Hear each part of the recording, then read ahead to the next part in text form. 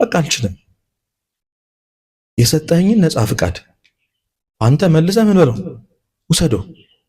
ፈቃድህ ይሁን በነገሮች ሁሉ። እኔ ይሄ ነኝ በሉት። እኔ ነኝ ሰዎች ፊት የምታየኝ፣ ሰዎች ፊት አክት የማደርገው፣ እናት አባቴ የሚያውቁኝ፣ ጓደኞቼ፣ አስተማሪዎቼ፣ የዶርም ልጆቼ የሚያውቁኝ ሰዎች አይደሉም። አንተ ታውቀኛለህ በተደበቀው ማንነቴ። ጨለማውን ማንነቴን አንተ ታውቃለህ። ስለዚህ በፊትህ እንደ ኃጢአተኛ ተዋርጄ ራሴን ዝቅ አድርጌ አምናለሁ አልችልም። እስኪ አልችልም በሉ። ሰው አለመቻሉን ካለመ በፍጹም አይደለም። ማመን ያስፈልጋል። አስቡት እንደ ኤማሁስ መንገደኞች ከመሃላቸው አንድ ሰው አቋርጦ ሊያስተምራቸው ቢል ምን አይነት ድፍረት ነው? ምን አገባ ነው የምለው እኔ ከነበርኩበት ስሜት አንፃር። አስባችኋል? የተወኝ እኮ ክርስቶስ ነው። ተስፋ ያደረኩት አምላክ ትቶኛል። እዛ ሁሉን ነገር የተወልኩለት አምላክ ሞታል። ምን አገባ? በዛ ስሜት ሲሆን እንደዛ ነበር። ጸጥ ብሎ አዳመጡት። እነሱ አለመቻላቸውን ስላመኑ፣ አለማወቃቸውን ስላመኑ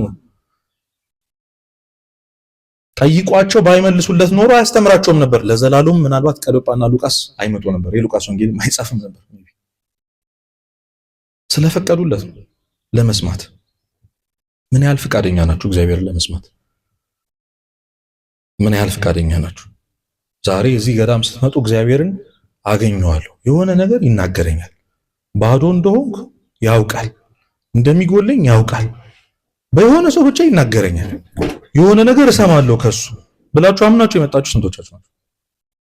ወደ ቤተክርስቲያን ስትሄዱ፣ የትኛውም ቦታ ላይ ስትሆኑ ክርስቶስ በምንም ነገር ውስጥ ያስተምረኛል ብላችሁ ያሰባችሁት ነው ማለት።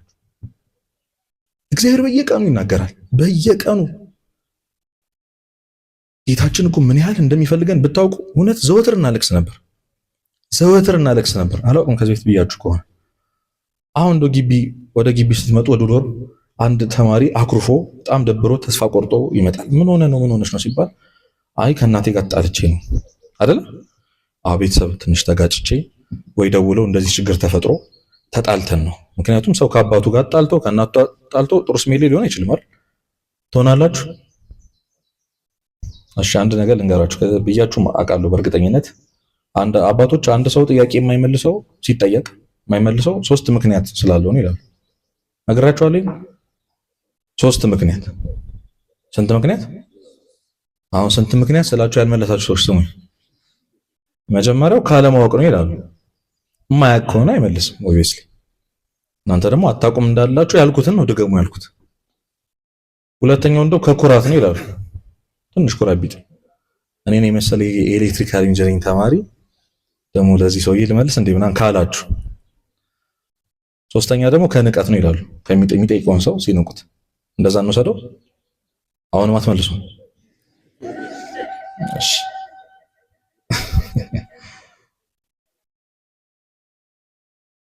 ወደዚህ ተቆረጣችሁ ነው እንደዚህ ያድርጉ።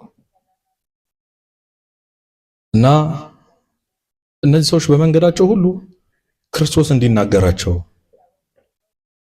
ልባቸው እንዲያሳምንላቸው ተስፋ በመቁረጥ መንገድ ውስጥ እንዲሄዱ ሰጥተውት ነበር። እግዚአብሔር ምን ያህል እንደሚፈልገን ማወቅ እንደሚቻል እኛ ደግሞ ምን ያህል ኢግኖር እያደረግነው እንደሆነ ልንገራችሁ። ቅድም እንዳልኳችሁ ሰው ከእናት ከአባቱ ጋር ጣልቶ ሰላም አይሆንም። ከጓደኛሽ ጋር ጣልተሽ ይደብርሻል። ቀን ሁሉ ዶቅ ከሆነ የምትለው ምን ሆነ ስትባል ትናገራለህ። አይ ምናምን ልትል ትችላለህ። አይ ከሰው እኮ ጣልቼ ምናምን። ዛሬ እየሳቃችሁ እየተጫወታችሁ የዛሬ ሳምንት ከዚህ በፊትም በነበሩ ጊዜያቶች የዋል ነው የኖር ነው ከእግዚአብሔር ጋር ሰላም ሆነን መልሱልኝ ነው ወይ ኖርማል ነው ማለት ነው? ኦኬ ምንም ነገር አፕን አላደረገም። በቃ ከፈጠረን ከሶርሱ ከእግዚአብሔር ተጣልተን ተለይተን በየቀኑ እሱ ስጋና ደምን ይፈትታል። እኛ በቃ ሌላ ቦታ ነው ያለን። በየቀኑ ይሰቀላል፣ በየቀኑ ይገረፋል እኮ ክርስቶስ። ያቺን ወደ ድጋሚ ይዞራታል ለኛ ሲል እኛን ለማዳን ሲል በየቀኑ ይናፍቃል። የልባችን በር ላይ ቆሞ ያንኳኳል። የሚከፍትልኝ ቢኖር እገባለሁ፣ ከሱም ጋር ምን እንበላለሁ? እራት እንበላለሁ አለ። ግን የሚከፍትለት አጣ። እስኪ አንድ ቀን ነቃ ብላችሁ አይናችሁን ከፍታችሁ ይዩት ክርስቶስ። አንድ ቀን ምን ያህል እንደሚፈልገን ለምን ምን አድርገንለት? እሺ ምንም አላደረግንለት፣ ምን ልንጠቅመው ነው የሚፈልገን? ግራ ያገባው ለምን እኔ እንደኔ አይነቱን ኃጢአተኛ ለምን ይፈልገኛል እግዚአብሔር? ፍቅር ነው። ፍቅር በቃ ስለሚወድ ምንም እንደማንጠቅመው እያወቀ መጨረሻችን ባዶ እንደሚሆን እያወቀ ለዚህ ለማይረባ ትምህርት እንደምንተው እያወቀ አይ እኔ ፈተና አለብኝ ምናምን ብለን እንደምንቀር ያውቃል። ዛሬ አንድ አስተማሪ ቢጠራ ይሄ ወንበር እንዴት ባዶ እንደሚሆን ሁላችንም እናውቃለን። ትምህርት ስለሌለን የመጣ ነው። ለምን ነው ሻሻል አይበልጥም ከሱ እግዚአብሔር። አያችሁ ፕራዮሪቲ አይደለም ወይ ሶስተኛ ወይ አራተኛ ደረጃ። የእናታችን ቁጣ ይበቃል፣ የአባታችን ቁጣ ይበቃል። ተውት እሱን፣ ሙዳችን ይበቃል። አይ ዛሬ ሙድ አይደለም ብለን እንቀራለን። አይ እንደዚህ ጥሩ ስሜት ላይ አይደለም፣ ትንሽ ደግሞኛል፣ አሞኛል። እሱ የታገሰው መስቀል፣ እሱ የታገሰው መከራ ትዝ አይላችሁ? ግን አስቡት፣ እሱን በድለን በኃጢአታችን አዝነን በዓለማዊ ሕይወታችን አዝነን እሱን ምንም አያገቡም እኮ በነገራችን ላይ የማያስፈልገንን ነገር ፈልገን አተነው እኮ አያስፈልገንም። የጠየቅነው ነገር አሁን የምንመኘው ነገር በነገራችን ላይ አያስፈልገንም ጭራሽ። የምታስቡት የዛሬ 2 ዓመት የዛሬ 3 ዓመት የዛሬ 5 ዓመት አቺቭ አደርገዋለሁ ግራጁዌት አደርጋለሁ ከዛ ይሄንን እገዛለሁ ምናምን የምትሉት ነገር በህይወታችሁ አያስፈልጋችሁ፣ አይጠቅመንም ጭራሽ። ቀን ማታ የምናልመው የምንቃዥበት ነገር ጭራሽ አይጠቅመንም። እሱን ስላጣን የምናኮርፈው ራሱ እግዚአብሔር ነው። ተስፋ የምንቆርጠው ራሱ እግዚአብሔር ላይ አልሰማኝም የምንለው እሱን ነው። ጭራሽ ትተነው ከኢየሩሳሌም ወጥተን መንገድ ላይ እየሄድን አብሮን ይከተለናል፣ ያስተምረናል። እናንተ የማታስተውሉ አስቀድማችሁ ጽድቅና መንግስቱን እሹ ሌላው ይጨመርላችኋል ያላልኳችሁም ወይ ይለናል። እስኪ አስቀድማችሁ በሉ እባካችሁ አስቀድማችሁ ጽድቅና መንግስቱን እሹ ሌላው ምን ይላችኋል? ቃል ተገብቶልናል እኮ አንፈልግም እኛ እሱ በነገረ ፎርሙላ ሄድ። አያችሁ መንገዱ እኮ ነው ቀላል እኮ። አስቀድመ ጽድቁና መንግስቱን ችግር የለውም ሌላውን ምን እልልሃለሁ? ከዲግሪውን ከፈለክ እሰጥሃለሁ፣ ሀብት ነው ትፈልገው እሰጥሃለሁ። አንተ ግን ምን ፈልግ? እምቢ እንዴ! ቀላሉ መንገድ በነገራችን ላይ ሰክሰስፉል መሆኑን ምናምን የምትፈልጉ አስቀድማችሁ ጽድቅና መንግስቱን እሹ። መጀመሪያ እግዚአብሔርን ፈልጉት። ከነገሮች ሁሉ በላይ እግዚአብሔርን መውደድ እንለማመድ ወጣቶች፣ እባካችሁ። እውነት እሳት ይበላናል። በሲኦል ያለው እሳት እኮ የሚያቃጥለው እሳት አይምሰላችሁ። ጸጸት እኮ ቁጭት ነው። ምነው እግዚአብሔርን በሰማው የሚለው ጸጸት ለዘላለም ይቆያል። ገብቷችኋል? እግዚአብሔርን ማጣታችሁ ሲኦል እኮ በጣም የሚያስፈራው ምን ለመሰላችሁ? ማንቀላፋትን የማይጠፋ እሳት ስላለ ይመስላችኋል? አይደለም። ሲኦል ውስጥ ማን ስለሌለ እግዚአብሔር በሉ እስኪ። ያስፈራል። እግዚአብሔር የሌለበት ህይወት ሲኦል ነው ኤክስፒሪየንስ ያደርጋችሁ ያለው። እሱን የምታውቁት መሽቷልና ከኛ ጋር ደር ብላችሁ ካሳደራችሁት በኋላ ወደ ልባችሁ ካስገባችሁት በኋላ ያን ጊዜ አምነን ዝቅ ብለን እግዚአብሔርን ይቅርታ ጠይቀን ንስሐ ገብተን እንጀራውን ቆርሶ ሲሰጠን ስንቀምሰው ያን ጊዜ አይናችን ይገለጥልናል። እንዴት በነገሮች ሁሉ ይረዳን እንደነበር፣ እንዴት ይፈልገን እንደነበር፣ እንዴት ይናፍቀን እንደነበር እግዚአብሔር እንረዳዋለን። እግዚአብሔር ምን አይነት አምላክ መሰላችሁ? ልክ ስታውቁት እስከዛሬ ያለሱ ያላሳለፍነው ህይወት የሚቆጨን። ይህን ሁሉ ዓመት ኦግስቲን እኮ ምን አለ መሰላችሁ? ሊቁ ኦግስቲኖስ አቤቱ ዘግይቼ ያፈቀርኩ ዘግይቼ የወደድኩ እንዳንተ ያለ ጥዑም አምላክን ዘግይቼ ምን አልኩ? በጣም ዘገየው አለ። 30 ዓመቱ ላይ አግኝቶት እኮ እድሜ ዘመኑ ሲፈልገው ነው የኖረው። በነገራችን እድሜ ዘመኑ ሲቃተት አንዴ ፍልስፍናው ሲገባ አንዴ የሆነ ነገሩ ሲገባ በኃጢአት ኖሮ የሆነ ጊዜ ክርስቶስን አገኘው። አቤቱ ዘግይቼ ያፈቀርኩ እንዴት ያለ አምላክን ከዚህ በኋላ ያለው እድሜው እንዲረዝምለት ፈለገ። አንተን መውደድ ለካ እንዲያስደስታል፣ ካንተ ጋር መኖር ለካ እንደዚህ ደስ ይላል፣ ለካ እንዲህ ሰላም አለው። ለማንኛውም እስከዛሬ ያሳለፍነው ህይወት ሁሉ በዜሮ ይባዛብናል። ልክ ስናውቅ፣ ልክ ያቺን እንጀራ ስንቀምስ። ስጋው ደግሞ ተቀብላችሁ የማታውቁ ሰዎች ካላችሁ ተቀበሉ። እንግዲህስ በመንገዳችሁ ሁሉ የነበረው ክርስቶስ ይታያችኋል። እግዚአብሔር እንዴት ካጠገባችሁ እንደሆነ ይገባችኋል። ማንም የለኝም እኔ ብቸኛ ነኝ የሚረዳኝ ሰው የለም የሚለው ሐሳብ እንዴት እንደሚጠፋ ታዩታላችሁ። ከመሬት ተነስቶ የሚደብራችሁ የሚደኩካችሁ በቃ እንደው ዝም ብሎ ተነስቶ ሞት የሚያስመርራችሁ ነገር ይጠፋል። ክርስቶስን ከማወቅ ወደ ማየት እናልፋለን። ያኔ አይናችን ይገለጣል። ግን ማመን ያስፈልጋል። ለዚህ ምሳሌ የምትሆነን የመጨረሻ ሐሳቤ ነው። ለዚህ ምሳሌ የምትሆነን መኃልየ ላይ የተገለጸችው ያቺ ሙሽሪት ናት። ስለዚህ ይላችኋል ተኝታለች። ሙሽራዋ ከውጪ ሆኖ ዝናብ እየዘነበበት ያንኳኳል። ሙሽራዬ ሆይ ክፈችልኝ እያለ ያንኳኳል። እሷ ግን ምን አለች መሰላችሁ? እኔ ተኝቻለሁ በሉ እስኪ። ልቤ ግን ነቅቷል። እናውቃለን እኮ አይደል መመለስ እንዳለብን። የሆነ ነገር እኮ ገብቶናል። ልክ እንዳልሆንን እኮ እናውቃለን፣ ግን ተኝተናል፣ መነሳት አቅቶናል አይደል? ጸሎት ማድረግ እንዳለብን፣ ወደ እግዚአብሔር መቅረብ እንዳለብን፣ ይሄን ህይወት መተው እንዳለብን፣ ይሄ ማንነት ለኛ እንደማይመጥ እግዚአብሔርን ማግኘት እንዳለብን አውቀናል እኮ። የሆነ ነገር እኮ ገብቶኛል እፈልጋለሁ እኮ ብላችሁ አታውቁም? ጻድቃንም እያስተማርኩ ያለሁት ሪሌት አላረግልኝ አለኝ ማወራው ነው በጣም ኃጢአተኛ ስለሆንኩ አንመጣጠን ብለን ለምን አንገታችሁን እንኳን አነቀንቡ? እንደዛ ብላችሁ አታውቁም? ማወቅ ብቻ አይደለም አሁንም እያለን ነው እንጂ የሆነ ፍላጎት አለኝ እኮ የሆነ ረሃብ አለኝ።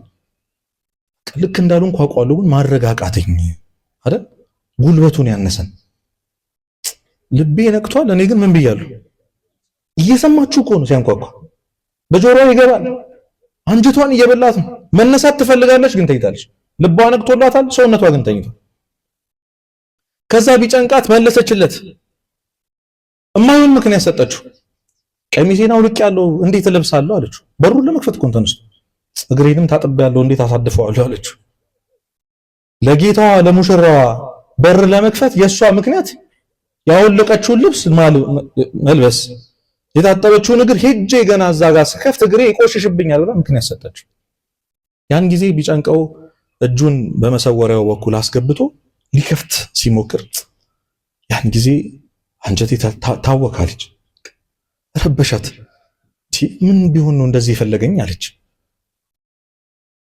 ነገሩ ገባት። ሪትም ብላ ጉልበት አግኝታ ልትነሳ እያሰበች ገና ሰውነቷ እንደተኛ የማንኳኳቱ ድምፅ ጠፋ፣ ጸጥ። ብትጠብቅ የሚጠራት የለም፣ የሚያንኳኳ የለም። አረ ይሄ ነገር ምንድነው ብላ ያኔ ምክንያት ታደርጋቸው የነበሩ ነገሮች ሁሉ ለሷ ቀለሉባት። ቀሚሷንም ሳትለብስ እግሯንም እንደታጠበች አሳድፋ ሄዳ በሩን ስትከፍተው ውዴ ግን ፈቀቅ ብሏል አለች። የለም ስትከፍተው ማለት ባዶ ነው። ወደ ውጪ ስትወጣውንም ልብሷን አለበሰችው። እነዛ ምክንያቶች ለካ ተራ ናቸው ከእግዚአብሔር አንፃር። ለካ ስናጣው ይሄ ትምህርት የማይረባ ነገር ነው። ለካ እግዚአብሔር የሌለበት ዲግሪ፣ ለካ እግዚአብሔር የሌለበት ህይወት በጣም የሚያሳዝን። ለካ በዜሮ ነው የሚባዙ። አስባችሁታል? ከሁለት ባዶ ስንሆን ማለት ይሄ ሁሉ ሰፈር አድርገን ማለት ነው። ይሄ ሁሉ ታመን አንድ ቀን ሳንዝናና ላይብረሪ ስንል የሆነ ትምህርት ስንሰራ ስንገባ ከሰው ስንጣል አንድ ቀን ደስተኛ ይሄ ሁሉ ዓመት የሆነ ግቢ ውስጥ ታጥረን ቆይተን ከቤተሰቦቻችን ያሳልፋችሁት እናንተ ታውቃላችሁ። መጨረሻው ባዶ ሲሆን ያሳዝን። በዜሮ ሲባዛ ሰው የሆነ ቦታ መጥቶ እግዚአብሔርን ሳያገኝ ሲሄድ የሚያንኳኳለትን የሚናፍቀውን የፈለገውን ክርስቶስ ሳያገኝ ሲቀር ለካ ቀሚስ ለሷ ምንም ነው፣ መልበስ ለሷ ምንም ነው። ለካ የታጠበ እግር ለሷ ምንም ነው። ተነስታ ስከፍትለት ግን የለም ውዴ ፈቀቅ ብሏል። ወጣ ፈለገችው ይላል። ነፍሴን የወደደችውን አያችሁትን እያለች ፈለገችው፣ ልታገኘው አልቻለች። በመንገድ ወንበዴዎች መጡ፣ ደበደቧት፣ አቆሰሏት፣ ደማሽ በመንገድ ዳር ወደቀች። አሁንም የሚያልፉ ሰዎች ስታገኙ ውዴን ካገኛችሁት ሙሽራህ በፍቅር ቆስላለች ተመለስ ብለሃለች በሉልኝ አለችው። ካገኘነው እነግርልሻለን አላት። ተስፋ ቆርጣ ወድቃ ውዷ ሙሽራዋ ተመለሰላት። ያችሁ እግዚአብሔር ከልባችን ዞር የሚልበት ቀን ይመጣል። ዞር የሚለው ግን እንድንፈልገው ነው ይላል ቅዱስ ባስልዮስ። እንድንፈልገው ነው ዞር የሚለው። የጠፋም ይመስለን ማንም የሌለ ይመስለን እንድንፈልገው ነው። ለዛ ነው በዚህ ተስፋ መቁረጥ መንገዳችን ምንም ኃጢአተኛ ብንሆን፣ ምንም በደለኛ ብንሆን፣ ምንም ማረባ ሰዎች ሆነን አይን አይገባኝም ብንል ተስፋ ቆርጬ ባሃለው እያለው እንኳን በኤማውስ መንገዳችን ላይ ክርስቶስ ይገኛል። ተመለሱ። ቅዱስ ጴጥሮስ ትዝ አይላችሁም? 3 ጊዜ ክዶት ሽምጥጥ አድርጎ እኮ አልክድም፣ ሌሎቹ ቢክዱህ እኔ አልክድም አለው። ቅዱስ ጄሮም እንደው ምን ይላል መሰላችሁ? ቅዱስ ጴጥሮስ ሆይ ምን አለ አንክድህም ብለኛ ብትል፣ ሌሎቹን ዝቅ ራስን ብቅ አደረክ፣ እነሱ ሳይክዱት አንተ ግን ካድከዋል። ሰውየውን አላውቀውም ማለት አረ ይሄ ሰውዬ አላውቀውም። መጨረሻ ላይ ሰውየውን አላውቀውም ሲል ክርስቶስ ዞር ብሎ ተመለከተው ይላል። አይን ላይን ተጋጩ። ያኔ ተሰበረ። አሁን እኛ የጴጥሮስ ንስሐ የሚመስለን ምርር ብሎ ካለቀሰ በኋላ ይመስላችኋል? አይደለም። ዮሐንስ ወንጌልን አንብቡ። ከዚህ በኋላ በሉ እስኪ ሁላችሁ አሳ ላጠምድ እሄዳለሁ።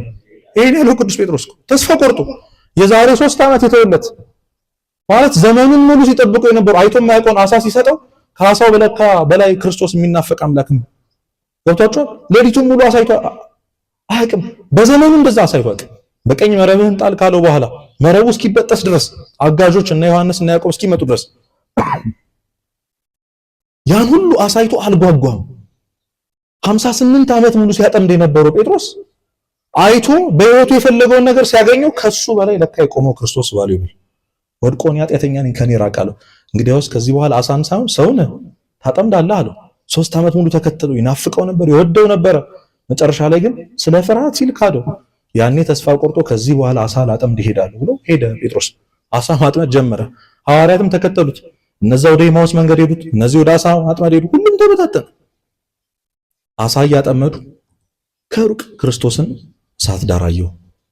ቅዱስ ጴጥሮስ ታንኳውን እየቀዘፈ እስኪደርስ ድረስ አልቻለም። ዘሎ ገባ ውስጥ። ከሐዋርያቱ ቀድሞ እየዋኘ ደረሰ፣ የተንቦራጨቀ ደረሰ። አንዳንድ ጊዜ በጣም የተጣላችሁትን ሰው ረስታችሁት የምትወዱትን ሰው ልታቅፉት ብላችሁ እንደጣላችሁ ትዝ ብላችሁ አይደል? ልክ እንደዛ ከሆነ ጌታዬ ብሎ ሲደርስ ትዝ አለው እንደካደው። እሳት አጠገብ ነው ያገኘው። ሲክደው ምን አጠገብ ነበር? እሳት። ትራማው ሊቀሰቅስበት አይደለም። እሳት ፊት የካደውን ጴጥሮስ እዛው እሳት ፊት እንዲምረው እድል ሰጠው። ጌታ ተረጋግቶ ቆሟል፣ ፈገግ ብሎ ቆሟል። ቅዱስ ጴጥሮስ ሲደርስ በደሉ ትዝ አለው። እሳቱን ትዝ ይሉ ለካ ክጄዋለሁ፣ ለካ አይቶኛል፣ ለካ ሰምቶኛል። ልክ እንዳለውም 3 ከካርጉት በኋላ ለካ ዶሮ ጮኻለች ብሎ አንገቱን ደፋ። ያን ጊዜ የሆነ ልጅ መሆኑ ትወደኛለህን ብሎ ጠየቀው። እወድሃለሁ እንዳይለው ያኔ አልክድህም ብሎ ክዷል። ፈራ አይደል? እንደወድህ አንተ ምን ትላለህ ታውቃለህ። እንግዲያውስ ጠቦቶችን ጠብቅ። የሆነ ልጅ መሆኑ ትወደኛለህ፣ ጌታዬ እንደወድህ አንተ ታውቃለህ። ያለ ኃላፊነት ሰጠው። በጎቼን አሰማራ፣ ግልገሎቼን ጠብቅ ብሎ ለክህደቱ ኃላፊነት ሰጠው። እቺን ብዬ ልጨርስላችሁ። እስኪ እንደው የሆነ ድርጅት ቢኖራችሁ፣ የሆነ ፕሮዳክት የምትሸጡበት ቦታ ቢኖራችሁ፣ አንድ የራሱን ድርጅት ዘርፎ ባለቤቱን ክዶ 3 ዓመት ታስሮ የወጣ ሰው ድጋሚ ሊቀጠር ሲቪ ቢያስገባ ትቀጥሩታላችሁ? ትቀጥሩታላችሁ? ለምን? የሥራ ልምዱ ምን ስለሆነ? ስርቆት ስለሆነ። የጴጥሮስ የሥራ ልምዱ ክህደት እኮ ገብቷችኋል? ብዙ የታመኑ ሐዋርያት ነበር። ዮሐንስ እኮ እስከ መስቀል ተሸክሞታል። በጎችን የመጠበቅ ኃላፊነት የተሰጠው ግን ለማን ነው? እኛን የሚወደንን እስከ ሞት ድረስ የወደደንን በጎች አሳልፎ የሰጠው ለካዶ ለጴጥሮስ፣ ለቅዱስ ጴጥሮስ ነው የሰጠው። አያችሁ፣ ለክህደታችን ለበደላችን ምሕረት የምናገኘው በአገልግሎት ነው። ለካ እግዚአብሔርን በማገልገል አጠገብ ያለውን ወንድምን ስትወድ ከወድቀህ ስታነሳው ነው እግዚአብሔር የሚምር ከተስፋ መቁረጥ የሚመለስ። ስለዚህ በዚህ ነገሮች ሁሉ ክርስቶስ አብሮን ነው። አብሮ እንደሆነ የነገረን ቃሉ ነው። እኛ አላየነውም። እውነቴን ነው የምላችሁ። በእያንዳንዱ ነገር ውስጥ እንዴት ጥቃቅን ነገር ውስጥ እግዚአብሔር እንዳለ ብትረዱ ህይወት እንዴት እንደሚጥም። አሁን እግዚአብሔር እንዴት አጠገባችሁ እንደሆነ ፊል ብታረጉ፣ ጸሎት ስታረጉ እግሩ ስር ወድቃችሁ እንዳቀፋችሁ ይሰማችኋል? ፊዚክሊ ይሰማችኋል? ዋይ ለምን አይሰማን? ነው እኮ ክርስቶስ አጠገባችን ነው። አጠገብ ያለው ወንድምን ስትነካው በስጋ ጌታን እንደነካው ለምሮ ማይሰማሽ? የክርስቶስን ስጋና ደም ስለማንቀበል። ስለዚህ እውነት መዳን ከፈለጋችሁ፣ አሁን የምታዩት ነገር ሁሉ ልክ እንዲሆን ከፈለጋችሁ፣ የምትሰሙት የምታደርጉት ህይወታችሁ ሁሉ ሰላም እንዲሆን ከፈለጋችሁ እንጀራውን ቆርሳችሁ ብሉ። እውነቴን ነው የምላችሁ፣ ጌታ በእያንዳንዱ ነገር እንዴት እንደሚፈልገን ትረዳላችሁ። ያኔ እንደ አውግስጢን ስናገኘው አቤቱ ጌታ ሆይ ዘግቼ ወደድኩ እንለዋለን። ጨለማው አያስፈራንም። ወደ ኢየሩሳሌም በጨለማ እየገሰገስን ድካሙ ሳያደክመን እንመለሳለን። ልክ እንደ ሉቃስ እንደ ቀሎጳ እንደ ሐዋርያቱ ዓለምን እየዞርን ስለ ክርስቶስ እየሰበክን እንኖራለን። ያን ጊዜ መንግስተ ሰማያትን ያወርሰናል። ለዛሽ ክብር እግዚአብሔር ያብቃን። የሚናፍቀን የሚፈልገን በእውነት በየጊዜው የሚርበን ራሱ ክርስቶስ የኤማሁስ መንገዳችን ላይ ተገኝቶ አስተምሮ መጨረሻ ላይ መሽቷልና ከኛ ጋር ደር የሚለውን አቅም ሰጥቶ እንጀራውን አቅምሶ አይናችንን ይግለጥልን። ስብሐት ለእግዚአብሔር።